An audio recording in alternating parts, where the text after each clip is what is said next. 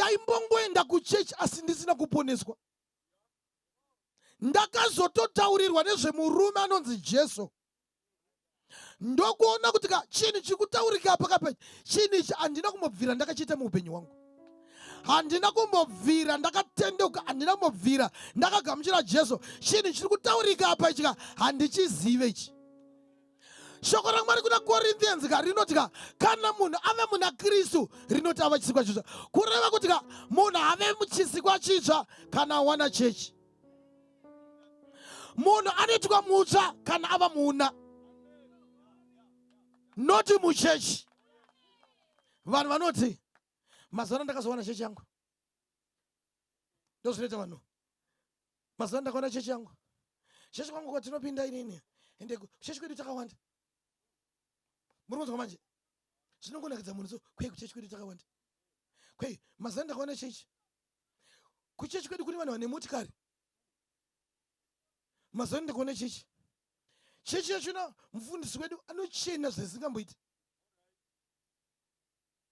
Mazana ndakaona chechi. Chechi yandinopinda yoga mufundisi wedu ane zimba zihombe kubhorodhero. Mazana ndakaona chechi. Chechi yoyo ndakaona mufundisi wangu bhutsu dzanorova dzakapenga. Ndakaona chechi kunochenewa. Unaona manje? Zvinotaurwa ipapo. Kunodi? Vamwe futi ndivanoti mazuvano ndakaona chechi. Chechi yandakaona mazuvano ikoko ukafa unovigiwa, vanoviga.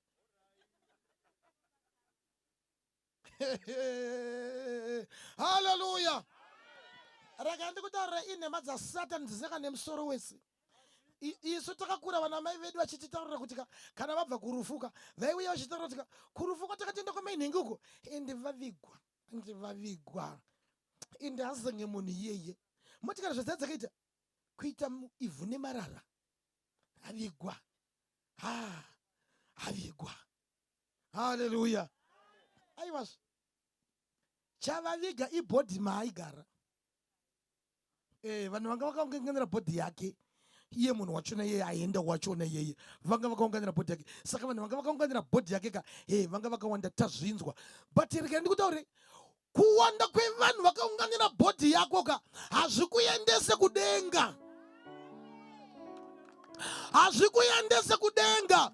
Kana ngeparufu pakwe iwewe pakaita vanhu 5 chaivo chaivo 3 vakachera gomba, 2 vakatakura boxi hazvinei nechekuita nekumberi kwawaenda kuti panga paine vanhu here kana kuti panga pasina vanhu. Mwari hatarise izvozvo kuti panga Mwari anenge akutarisa manje kuti mukadzi uya tine ukama here, baba vauya vatine ukama here, mukomana uya tine ukama here, musikana uya auya tine ukama here. Hatarise kuti vaisa mutumbi wako pasi vangadi. Chidhumbu chako hachina basa, ndosaka chichinoora, ndosaka chichinodyiwa nemakonye, hachina kana basa.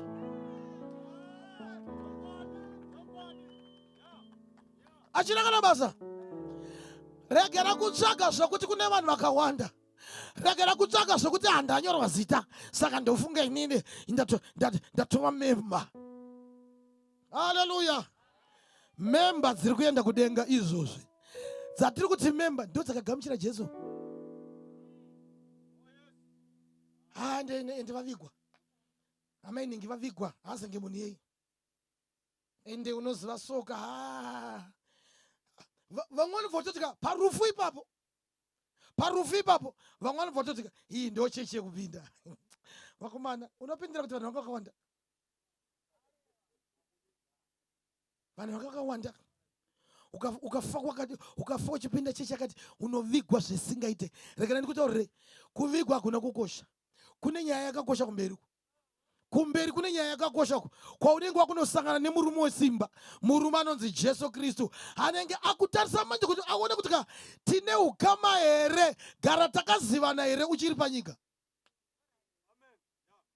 Takazivana here uchiri panyika. Nokuti kuzivana kwako iwewe naJesu ndiko kwatiri kutaura nhasi kwekuti kumugamuchira nekumutora nekuva muponesi weupenyu hwako.